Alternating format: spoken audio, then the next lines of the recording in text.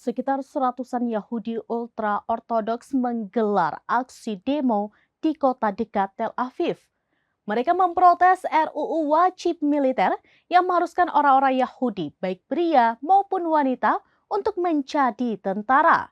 Upaya pemerintah Israel itu diduga menyusul krisis pasukan lantaran banyak yang tewas dan gangguan jiwa selama perang di Gaza. Sekitar seratusan Yahudi ultra-ortodoks menggelar aksi demo di kota dekat Tel Aviv.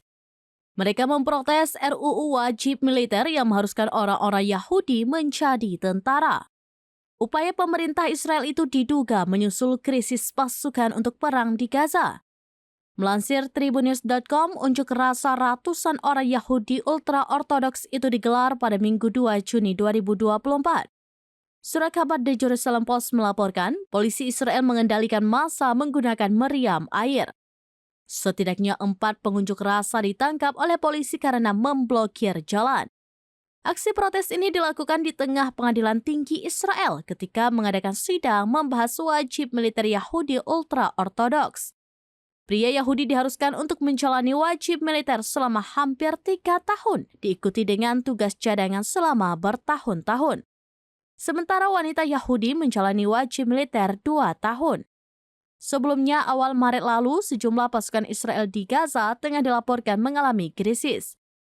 Antara 582 tentara IDF gugur dalam medan pertempuran, sementara 30.000 pasukan lainnya dinyatakan gangguan mental akibat perang. Khawatir krisis pasukan di Gaza akan semakin parah, Netanyahu akhirnya mengambil langkah tegas dengan memerintahkan kaum ultra-ortodoks yang merupakan warga kelas agamawan Israel untuk maju ke medan perang.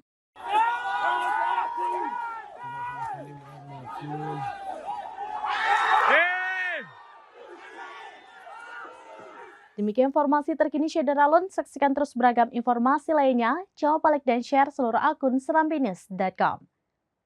Download Tribun X sekarang. Menghadirkan lokal menjadi Indonesia.